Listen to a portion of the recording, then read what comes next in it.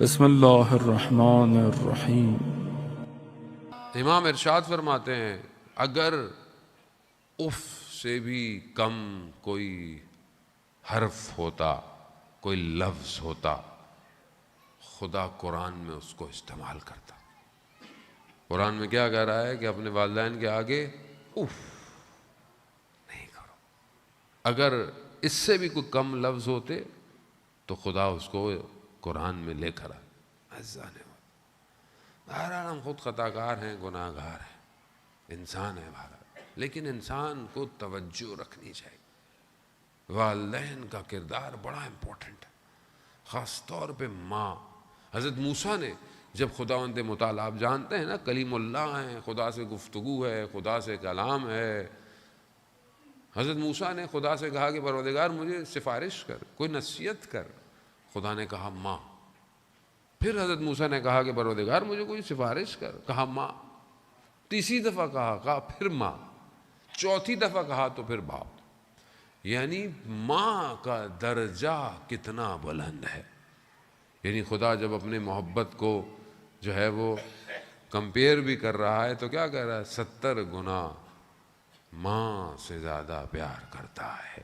یعنی ماں کی محبت کو، اب بھائی خدا کی مثال کوئی مثال نہیں، یہ نمبر بھی صرف کثرت کے لیے ہے، ورنہ خدا کی محبت کو کون کاؤنٹ کر سکتا ہے۔ لیکن پھر بھی خدا ماں کی رحمت کے ذریعے سے اپنی رحمت کی طرف اشارے کر رہا ہے۔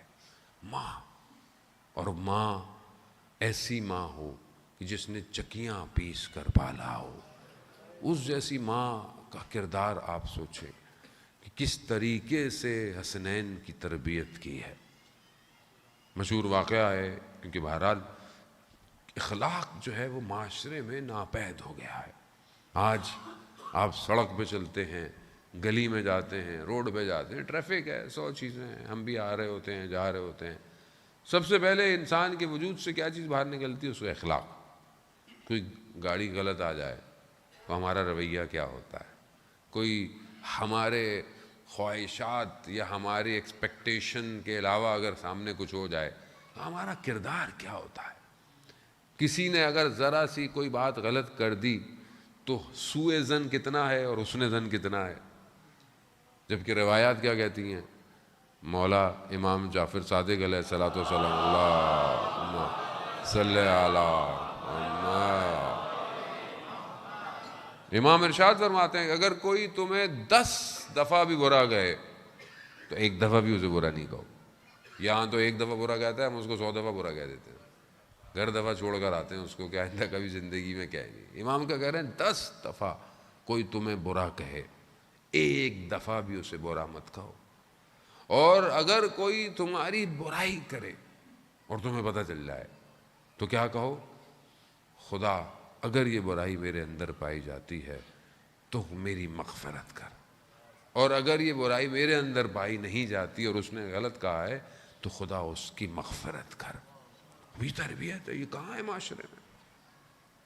آج خاندان میں ناچاکیاں، بہن بھائیوں میں لڑائیاں، کتنا افسوس ہوتا ہے۔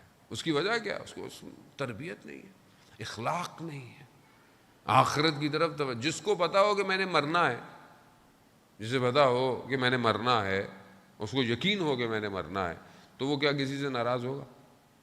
مطلب مجھے یہاں سے پتا ہو کہ یہاں سے چلنے کے بعد آپ مر جائیں گے، تبھی مجھے کوئی دھکا بھی دے دے تو میں کہوں کوئی بات نہیں، ویسے ہی میں نے تو تھوڑی دیر میں مر جانا ہے بھائی، دے دو دھکا جتنا دینا ہے، کیا فرق پڑے گا، میں تو ویسے ہی جا رہا ہوں دنیا سے۔ تو ہم سب کو مرنا ہے، اور ہم سب کو یہ تھوڑی پتا ہے کہ ہم لوگ کب تک زندہ ہیں۔ مولا کائنات فرماتے ہیں نا، تعجب ہوتا ہے، زندہ ایسے ہے جیسے کبھی مرنا ہی نہیں ہے، اور مرتا ایسے ہے جیسے کبھی زندہ ہی نہیں تھا۔ تو ہم ایسے ہی زندہ ہیں جان محترم کو۔ پہلی چیز، اور یہ کہاں سے آتی ہے؟ یہ تربیت سے آتی ہے۔ بیوی کس طرح؟ کیونکہ بیوی خود خدا کی بارگاہ میں ایسی عابدہ ہیں کہ خدا خود ملائکہ پہ افتخار کر رہا، اے ملائکہ دیکھو میری کنیز کس طرح میری عبادت میں کانپ رہی ہے۔ اور جب بچے ماں کو ایسی عبادت کرتے ہوئے دیکھیں، امام حسن مجتبیٰ علیہ الصلوۃ والسلام ارشاد فرماتے ہیں، اللہ صلی اللہ علیہ وسلم، خوب امام ارشاد فرماتے ہیں کہ میں نے رات کی تاریکی میں اپنی والدہ کو اپنے لیے دعا مانگتے نہیں دیکھا، ہمیشہ اپنے ہمسایوں کے لیے دعائیں مانگ رہی ہیں، لوگوں کے لیے، رشتہ داروں کے لیے دعائیں مانگ رہی ہیں۔ خوب یہ تربیت ہے۔ جو دوسروں کے لیے دعا مانگتا وہ دوسروں کی برائی کر سکتا ہے، لیکن یہاں تو برائی کرتے کوئی تھکتا نہیں ہے۔ یہاں تو پھپھی کا فون آئے تو کاٹ دو، خالہ کا فون آئے تو اٹھا لو۔ تو جس بچوں کی آپ ایسی تربیت کریں گے وہ بچے بھی پھر ایسی ہوتے ہیں۔ نفرتوں کے بیچ ہمارا اخلاق بچوں کے اندر ڈالتا ہے، پھر یہی مقافات عمل انسان کی زندگی میں جانے محترم رپیٹ ہوتے ہیں۔ سوسائٹی اسی طرح ڈیولپ ہوتی ہے۔ یہاں ماں ایسی تربیت کر رہی ہے کہ انفاق ہے، بچے بچپن سے دیکھ رہے ہیں کہ ہمارے در پہ کوئی آیا سائل خالی ہاتھ نہیں گیا، کوئی بھی سائل آیا، مشہور واقعہ، شخص مسافر ہے اور مسجد میں آتا ہے، رسول خدا سے تقاضا کرتا ہے کہ یا رسول اللہ مسافر ہوں، لباس چاہیے، خوراک چاہیے، زاد سفر چاہیے۔ رسول خدا ادھر ادھر دیکھتے ہیں، کوئی ظاہر حالات ایسے تھے کسی کے پاس کچھ تھا ہی نہیں، اپنی بیٹی کے گھر بھیج دیتے ہیں، جاتے ہیں، بیوی جو ہے وہ کہتے ہیں ایک چادر یمانی جو ہوتا ہے کپڑا وہ دیتی ہے، وہ کہتا ہے بہرحال اس سے میرا گزارا پورا نہیں ہونا، تو بیوی اپنے گلے کا جو ہار ہے گلوبھن ہے وہ دے دیتی۔ اب وہ لے کر آتا ہے مسجد کہ یا رسول اللہ یہ آپ کے گھر سے ملا ہے، تو رسول خدا کہتے ہیں کون ہے جو اس کو خریدے گا؟ تو حضرت عمار کھڑے ہوتے ہیں، اس مسافر سے پوچھتے ہیں کہ بھائی اس کے بدلے میں کیا چاہیے؟ کہا لباس چاہیے، خوراک چاہیے، کہا سب دے دیتے ہیں اس کو۔ ہار لیتے ہیں، اپنے غلام کو ہار دیتے ہیں کہ جاؤ اس کو لے کر رسول خدا کی خدمت میں جاؤ، ہار ان کو دے دو، اور تمہیں بھی میں نے ان کی خدمت میں بھیج دیا۔